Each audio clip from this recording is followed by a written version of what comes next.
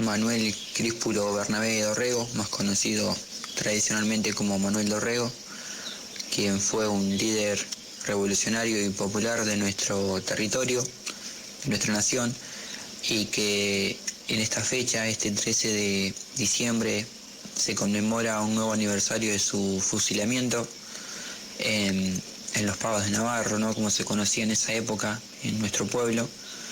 Y vamos a hablar un poquito sobre la figura de este hombre y cómo este hecho cambió para siempre la historia de nuestro país. Manuel Dorrego fue el loco Dorrego, como lo llamaban sus enemigos, o el padre de los pobres, como lo llamaban sus seguidores. En sus 41 años de vida, Manuel Dorrego peleó en batallas por la independencia junto a Manuel Belgrano, participó en las primeras revueltas chilenas cuando aún era un joven estudiante, cruzó la cordillera de los Andes 5 años antes que el libertador, José de San Martín, se enfrentó a cara descubierta con la oligarquía porteña y durante su corto periodo como gobernador de Buenos Aires tomó medidas populares y revolucionarias, todo en favor de los humildes. Fue fusilado el 13 de diciembre del año 1828. Vamos a conocer un poquito sobre Dorrego y sus inicios.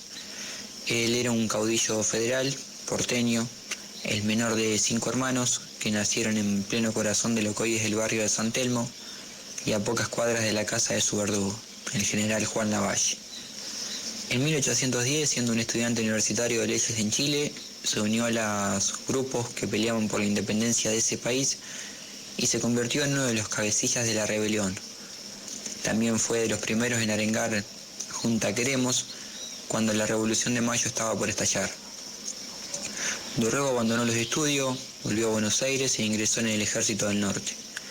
Luchó con heroísmo en las batallas de Salta y Tucumán, bajo las órdenes de Manuel Belgrano, y debido a heridas de combate quedó irreversiblemente con la cabeza inclinada hacia un hombro. Como le gustaban las bromas pesadas tanto Belgrano como San Martín, lo sancionaron por su indisciplina y lo dejaron fuera de la batalla de Vilcapugio y Ayohuma.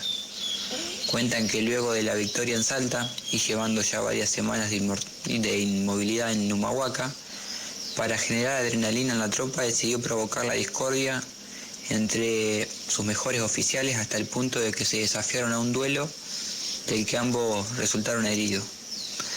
Tras la derrota de Vilcapugio, Belgrano evaluó que si Dorrego hubiera estado al mando de la batalla, seguramente esa batalla no se hubiera perdido.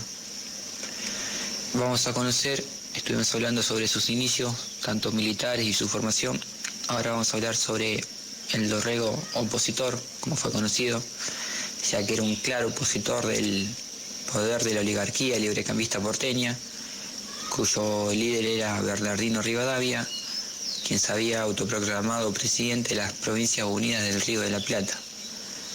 Al discutirse en la Constitución del 1826, suspendió el derecho a votar a los criados a sueldos, peones jornaleros y soldados de líneas. Dorrego, famoso por su elocuencia, no se quedó callado e interpeló a los diputados. Y dijo así: «He aquí la aristocracia la más terrible, porque es la aristocracia del dinero. Échese la vista sobre nuestro país pobre. Véase qué proporción hay entre domésticos, asalariados y jornaleros y las demás clases, y se advertirá quiénes van a tomar el poder en las elecciones, excluyéndose las clases que se expresan en el artículo. Es una pequeñísima parte del país, que tal vez no exceda la 20ª parte. ¿Es posible esto en un país republicano?». Y continuaba: «¿Es posible que los asalariados sean buenos para con los que es penoso y odioso en la sociedad, pero que no puedan tomar parte en las elecciones?». El argumento de quienes habían apoyado la exclusión era que los asalariados eran dependientes de su patrón. Yo digo que el que es capitalista no tiene independencia. Como tienen asuntos y negocios, quedan más dependientes del gobierno que nadie. A eso es a quienes deberían ponerse trabas. Si se excluyese a los jornaleros, domésticos, asalariados y empleados, entonces ¿quiénes quedarían? Un corto número de comerciantes y capitalistas.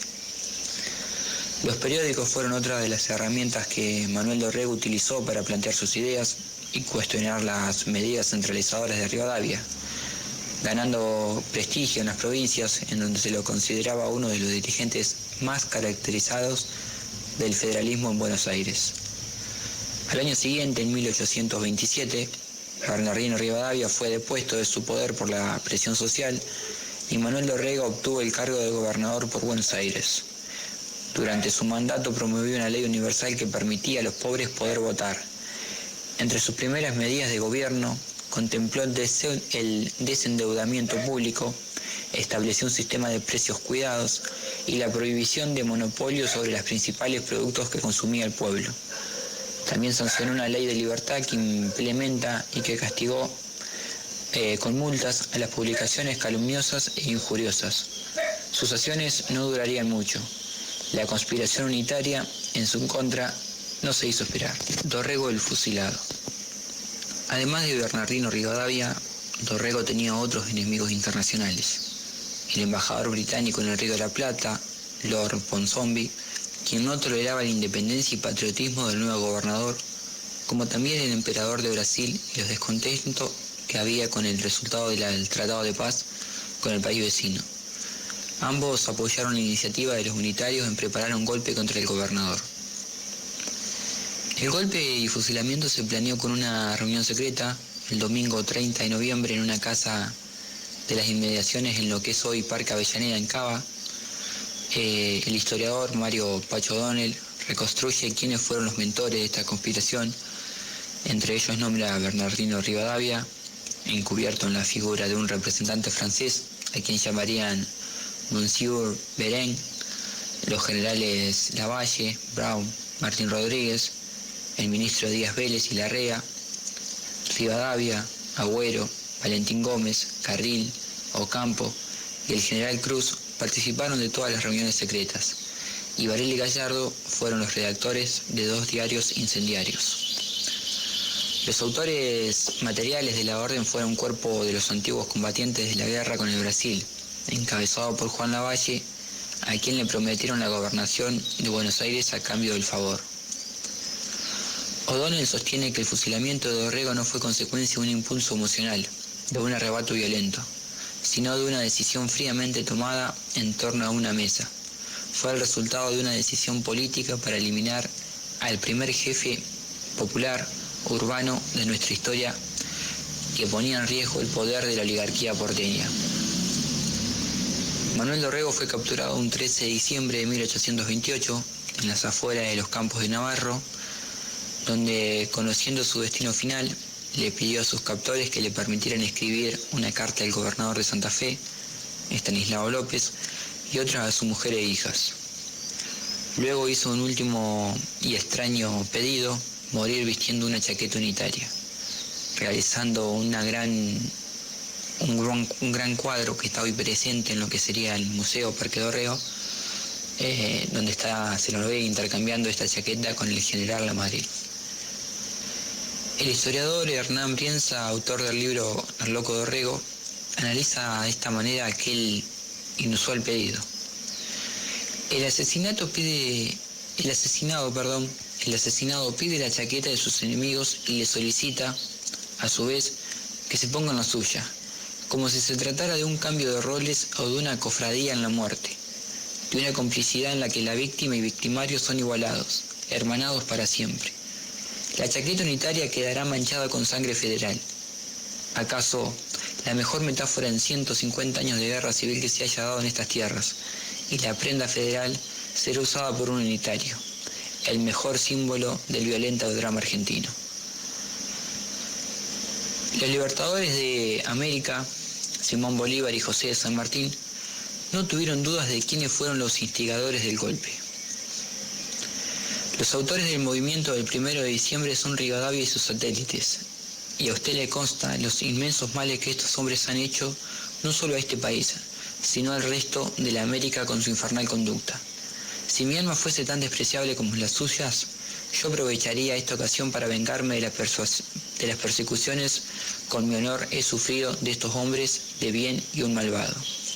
Carta de San Martín a O'Higgins en abril de 1829. Buenos Aires se ha visto la atrocidad más digna de unos bandidos. Dorrego era jefe de aquel gobierno constitucionalmente y a pesar de esto, el general Lavalle se bate contra el presidente, le derrota, le persigue y al tomarle le hace fusilar sin más procesos ni leyes que su voluntad. Y en consecuencia se apodera del mando y sigue mandando literalmente a lo tártaro. Esto decía Simón Bolívar al general Pedro Briceños Méndez en mayo de 1829.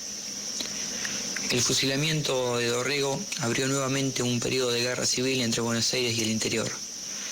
Es considerado como el primer antecedente sangriento de tantos atentados contra los intereses populares y democráticos que han atravesado a la Argentina.